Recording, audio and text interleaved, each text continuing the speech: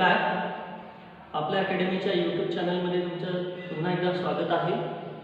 आज आपण पिरियॉडिक टेबलमधला पुढचा पॉईंट डिस्कस करणार आहोत, ज्याचं नाव आहे इलेक्ट्रोनिगेटिव्हिटी.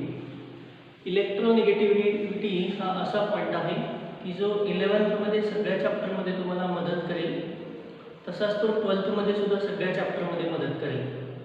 इलेक्ट्रोनिगेटिव्हिटी हा पॉईंट फिजिकल केमिस्ट्रीमध्येही तितकाच महत्त्वाचा आहे जितका की तो इनऑर्गॅनिक केमिस्ट्री आणि ऑर्गॅनिक केमिस्ट्रीमध्ये आहे. बघूया काय आहे इलेक्ट्रोनिगेटिव्हिटी. डेफिनेशन करायच्या आधी कॉन्सेप्ट समजावून घेऊया, मग डिफाईन करूया त्या कॉन्सेप्टला. बघा, आपण असं म्हणूया की हायड्रोजन आणि क्लोरीनमध्ये कोव्हॅलंट बॉन्ड आहे. हायड्रोजन आणि क्लोरीनमध्ये कोव्हॅलंट बॉन्ड आहे. मग एक कोव्हॅलंट बॉन्ड म्हणलं की 2 इलेक्ट्रॉन आपल्याला माहिती आहे. हेच आपण असं दाखवू शकतो की हायड्रोजन आणि क्लोरीनमध्ये 2 इलेक्ट्रॉन आहेत. हा एक इलेक्ट्रॉन आणि हा एक इलेक्ट्रॉन. आता ओरिजिनली असं असायला पाहिजे की हे जे शेअर्ड इलेक्ट्रॉन आहेत, हे इलेक्ट्रॉन दोघांमध्ये काय झाले, शेअर झालेले, म्हणून आपण शेअर्ड इलेक्ट्रॉन म्हणणार. आणि इलेक्ट्रॉन 2 असल्यामुळे आपण त्याला शेअर्ड इलेक्ट्रॉन पेअर असं म्हणणार. अगेन आय रिपीट, हे 2 इलेक्ट्रॉन आहेत म्हणून त्यांना पेअर म्हणणार. दुसरं, या 2 ॲटममध्ये शेअर झाले म्हणून आपण त्यांना म्हणणार शेअर्ड इलेक्ट्रॉन पेअर. मग हा शेअर्ड इलेक्ट्रॉन पेअर जो आहे तो हायड्रोजन पासून जेवढ्या डिस्टन्सवरती आहे तितक्याच डिस्टन्सवरती क्लोरीन पासून सुद्धा असायला पाहिजे, असा रूल आहे. पण ॲक्च्युली काय होतं, तर हे जे इलेक्ट्रॉन आहेत ते स्लाइटली क्लोरीनच्या बाजूला शिफ्ट होतात. हे जे इलेक्ट्रॉन आहेत ते स्लाइटली क्लोरीनच्या बाजूला शिफ्ट होतात. म्हणजेच हे असं दाखवू शकतो बघा, H आणि Cl, आणि ते 2 इलेक्ट्रॉन Clच्या बाजूला शिफ्ट झाले. म्हणजे काय झालं बघा, तर हे 2 इलेक्ट्रॉन H पासून जेवढ्या डिस्टन्सवरती होते तेवढ्याच डिस्टन्सवरती Cl पासून सुद्धा असायला पाहिजे, पण ॲक्च्युली ते दोन्ही इलेक्ट्रॉन Cl कडे काय झाले, शिफ्ट झाले.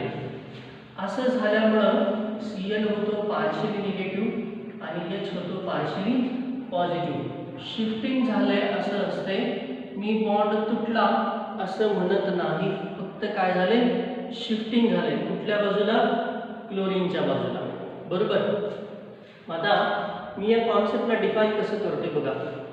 ज्यावेळी 2 ॲटम एकमेकांना बॉन्ड झालेले असतात त्यावेळी त्यांच्यामध्ये जो बॉन्ड आहे त्या बॉन्डमध्ये जो इलेक्ट्रॉनचा पेअर आहे तो इलेक्ट्रॉनचा पेअर एका ॲटमकडे स्लाइटली शिफ्ट होतो.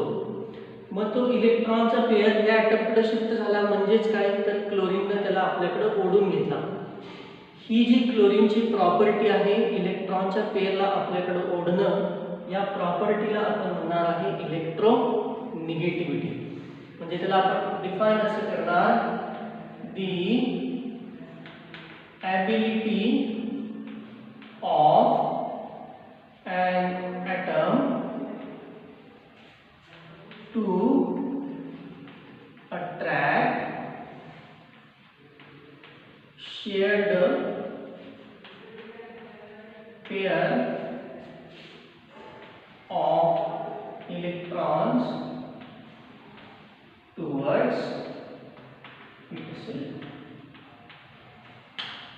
बघा, एखाद्या ॲटमची शेअर झालेला जो इलेक्ट्रॉनचा पेअर आहे तो आपल्याकडे ओढण्याची क्षमता, म्हणजेच त्या क्षमतेला आपण काय म्हणणार आहे, इलेक्ट्रोनिगेटिव्हिटी. इलेक्ट्रोनिगेटिव्हिटी ही रिलेटिव्ह प्रॉपर्टी आहे. इलेक्ट्रोनिगेटिव्हिटी ही कसली प्रॉपर्टी आहे, रिलेटिव्ह प्रॉपर्टी आहे. आणि आपल्याला माहित आहे की रिलेटिव्ह प्रॉपर्टी असेल तर त्याला कसलंही युनिट नसतं, म्हणजेच इलेक्ट्रोनिगेटिव्हिटीला युनिट नसतं. ओके. आता बघा, मग इलेक्ट्रोनिगेटिव्हिटी आता आपल्याला समजली की बाबा काय झालं, तर इलेक्ट्रॉनचा पेअर ज्याची क्षमता जास्त आहे त्याच्याकडे शिफ्ट झाला. मग आता बघा, आता मी ह्या दोघांमध्ये कसं म्हणणार बघा, बघा, chlorine is more electronegative than hydrogen. Chlorine is more electronegative than hydrogen. किंवा उलट भाषेमध्ये मी कसं बोलतोय बघा, hydrogen is less electronegative than chlorine. म्हणजे ज्याची इलेक्ट्रोनिगेटिव्हिटी जास्त तो इलेक्ट्रॉन आपल्याकडे ओढणार, ज्याची इलेक्ट्रोनिगेटिव्हिटी कमी त्याच्याकडून इलेक्ट्रॉन जाणार. आता एक महत्त्वाचा पॉईंट आहे तो म्हणजे डिफरन्स. ॲक्च्युली या आधीच्या लेक्चरमध्ये आपण इलेक्ट्रॉन ॲफिनिटी हाही पॉईंट शिकलो, त्याला आपण इलेक्ट्रॉन गेन एन्थाल्पी असं म्हणतो. Difference between electronegativity and electron ॲफिनिटी या दोन्हीमध्ये काय डिफरन्स आहे ते आता आपल्याला बघायचे. बघा या दोन्हीमध्ये 3 मेन डिफरन्स सांगता येतात. मी इथं लिहितो इलेक्ट्रोनिगेटिव्हिटी आणि इथं लिहितो मी इलेक्ट्रॉन ॲफिनिटी. बघा लक्ष द्या, ही टेंडन्सी अशी आहे की जी इलेक्ट्रॉनला काय करते तर इलेक्ट्रॉनला आपल्याकडं अट्रॅक्ट करते. क्लोरीन काय करतो, इलेक्ट्रॉनला आपल्याकडं खेचतोय. इलेक्ट्रॉन ॲफिनिटी ही टेंडन्सी अशी असते की जी इलेक्ट्रॉनला डायरेक्टली ॲक्सेप्टच करते. म्हणजे काय तर सोडियमकडून इलेक्ट्रॉन क्लोरीनला डायरेक्टली जातोच, म्हणून इथं काय म्हणतो मी ॲक्सेप्ट करणे आणि इथं काय म्हणतो मी अट्रॅक्ट करणे. दोन्हीमध्ये खूप मोठा फरक आहे. आपल्याकडे खेचणं ही गोष्ट वेगळी आणि आपल्याकडे ओढूनच घेणं ही गोष्ट वेगळी. त्याच्यानंतर असं आहे बघा की इलेक्ट्रोनिगेटिव्हिटीसाठी ॲटम्स हे कोव्हॅलेंटली बॉन्डेड असतात. म्हणजे मी क्लोरीनची electronegativity with respect two hydrogen असं बोलू शकतो, कारण ते दोन्ही एकमेकांना जोडल्याशिवाय तो इलेक्ट्रॉनचा पेअर अट्रॅक्ट होणार नाही. म्हणून ॲटलिस्ट 2 ॲटम एकमेकांना कोव्हॅलेंटली बॉन्डेड लागतात. इलेक्ट्रॉन ॲफिनिटी ही जी गोष्ट आहे ती सिंगल ॲटमच्या बाबतीत सांगता येते.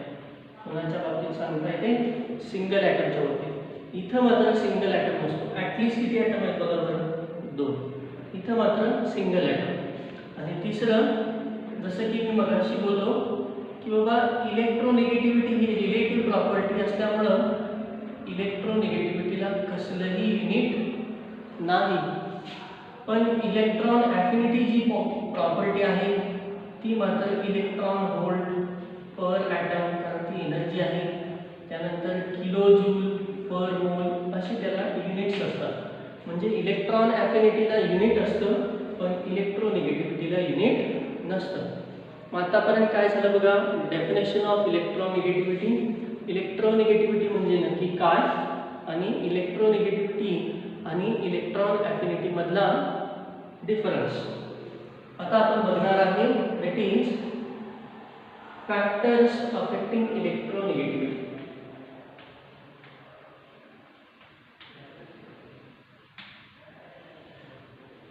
फॅक्टर्स अफेक्टिंग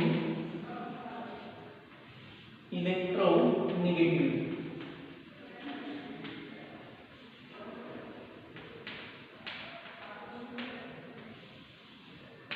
बघा इलेक्ट्रोनिगेटिव्हिटीला अफेक्ट करणारा पहिला फॅक्टर आहे तो म्हणजे ॲटॉमिक साईज.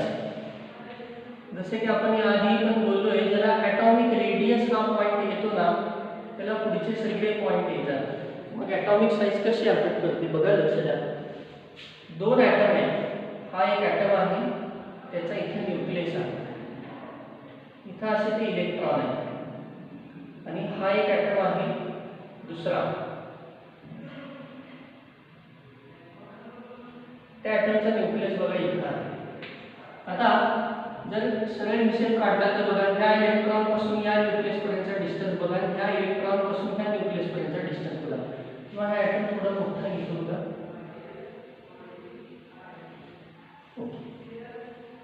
एवढा आहे. आता न्यूक्लियस बघा बरं, न्यूक्लियस पासून इलेक्ट्रॉन कुणाच्या ॲटमच्या जवळ आहे तर मी म्हणतो चला हा ए ॲटम आहे आणि हा बी ॲटम आहे. कुणाच्या जवळ इलेक्ट्रॉन आहे बघा, ए ॲटमच्या जवळ इलेक्ट्रॉन आहे. म्हणजे एचा न्यूक्लियस इलेक्ट्रॉनला जास्त खेचेल, बी पासून इलेक्ट्रॉन खूप लांब आहे म्हणजे बीचा न्यूक्लियस इलेक्ट्रॉन कमी खेचेल। याचाच उलट अर्थ कसा सांगेल मी, ए ची इलेक्ट्रोनिगेटिव्हिटी बी पेक्षा जास्त असणार आहे, ए ची इलेक्ट्रोनिगेटिव्हिटी बी पेक्षा जास्त असणार आहे कारण तो इलेक्ट्रॉनला जास्त खेचणार आहे। मग मी कसं सांगेन बघा का, इलेक्ट्रो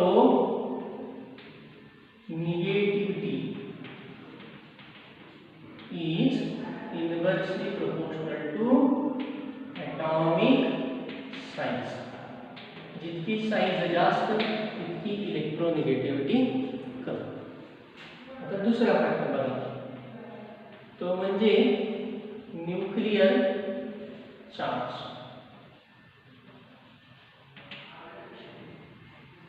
बघा हा जो फॅक्टर आहे याच्यावरून इलेक्ट्रोनिगेटिव्हिटी कशी सांगता येईल बघा। समजा असं आहे की दोन ॲटम आहेत पुन्हा साईज सेमच आहे बघा, असं म्हणतो हा एक ॲटम आहे त्याचा न्यूक्लियस इथे आहे आणि हा दुसरा ॲटम आहे, दोघांची साईज सेम आहे, दोघांमध्ये इलेक्ट्रॉनचा एक पेअर शेअर झाला आहे म्हणजे तो इलेक्ट्रॉनचा पेअर दोघांपासून सेम डिस्टन्सवर असणार आहे। पण दोघांमध्ये असणारा जो चार्ज आहे न्यूक्लियसला तो वेगळा आहे। मी असं म्हणतो की इथं समजा चार्ज आहे से 10 आणि इथं आहे चार्ज से 17-18 असा चार्ज आहे। मग आता सरळ हिशोब आहे बघा, साईज सेम आहे म्हणजे न्यूक्लियस दोघांपासून सेम डिस्टन्सवरती, न्यूक्लियसचा चार्ज कुठं जास्त आहे बघा बरं, इथं आहे म्हणजे इलेक्ट्रॉन या न्यूक्लियसकडे जास्त अट्रॅक्ट होतील as compared to this nucleus. मग आपण ह्याला ए म्हणतो याला बी म्हणतो, दादा कसं म्हणणार, B is more electronegative than A because B has more nuclear charge। आता न्यूक्लियर चार्ज मध्ये आणि इलेक्ट्रॉन ॲफिनिटी मध्ये काय रिलेशन सांगणार, electron affinity is directly proportional to the nuclear charge. हा झाला दुसरा फॅक्टर जो इलेक्ट्रोनिगेटिव्हिटीला अफेक्ट करतो। इलेक्ट्रोनिगेटिव्हिटीला अफेक्ट करणारा तिसरा फॅक्टर बघा, या फॅक्टरला म्हटलं जातं हायब्रिडायझेशन। आता हा फॅक्टर आता समजेल नाही समजेल मला माहित आहे कारण ही कॉन्सेप्टच तुम्हाला झालेली नाही। हायब्रिडायझेशन 3 मेन प्रकारचे आहेत, एक sp असतो, दुसरा sp2 असतो आणि तिसरा sp3 असतो। इथं एक एस आहे इथं एक पी आहे म्हणजे 50% एस आणि 50% पी आहे। पर्सेंटेज ऑफ एस इथं म्हणणार मी 50%, इथं बघा 2 पी आहे आणि एक एस आहे, एस किती टक्के झाला तर 33.33% झाला। इथं बघा एक एस आहे 3 पी आहे म्हणजे इथं एस चं कॅरेक्टर किती झालं तर 25% झालं। मग नियम असा आहे जितकं एसचं कॅरेक्टर जास्त तितकी इलेक्ट्रोनिगेटिव्हिटी जास्त, जितकं एसचं कॅरेक्टर जास्त तितकी इलेक्ट्रोनिगेटिव्हिटी जास्त। चौथा फॅक्टर बघा अफेक्ट करणारा तो म्हणजे चार्ज ऑन कॅटायन। बघा लक्ष द्या, दोन कॅटायन असा विचार करूया, Fe2+ आणि Fe3+। 2+ काय दाखवतो रे तर 2 एवढा इलेक्ट्रॉन त्याच्याकडे कमी आहे, 3+ काय दाखवतो 3 एवढे इलेक्ट्रॉन कमी आहे। मग जितका चार्ज जास्त तितकं इलेक्ट्रॉन कमी म्हणजेच तितकं इलेक्ट्रॉन आपल्याकडे खेचण्याची टेंडन्सी जास्त। मग हा इलेक्ट्रॉनला जास्त खेचेल ॲज कम्पेअर्ड टू दिस म्हणजेच Fe3+ is more electronegative than Fe2+। त्याच्यानंतर पाचवा एक फॅक्टर इलेक्ट्रोनिगेटिव्हिटीला अफेक्ट करतो तो म्हणजे चार्ज ऑन एनायन। असे 5 फॅक्टर आहेत ॲक्च्युअली बघा। समजा 2 आयन आहेत, एक O- आहे आणि एक O2- आहे। आता O- म्हणजे O कडे एक इलेक्ट्रॉन आहे आणि O2- म्हणजे O कडे 2 इलेक्ट्रॉन आहेत एक्स्ट्रा। मग सरळ आहे आपल्याकडे 2 इलेक्ट्रॉन एक्स्ट्रा आहेत ऑलरेडी, मग आणि कशाला कोण मागेल। पण इथं बघा बरं एक इलेक्ट्रॉन आहे आणखीन एक आला तर चालू शकतो, म्हणजेच इथं मात्र उलट ट्रेंड असतो, O- is more electronegative than O2-। हे होतं इलेक्ट्रोनिगेटिव्हिटीची डेफिनेशन. त्याच्यानंतर इलेक्ट्रोनिगेटिव्हिटी आणि इलेक्ट्रॉन ॲफिनिटीमधला डिफरन्स, आणि मग झालं बघितलं आपण ते म्हणजे फॅक्टर्स अफेक्टिंग इलेक्ट्रोनिगेटिव्हिटी.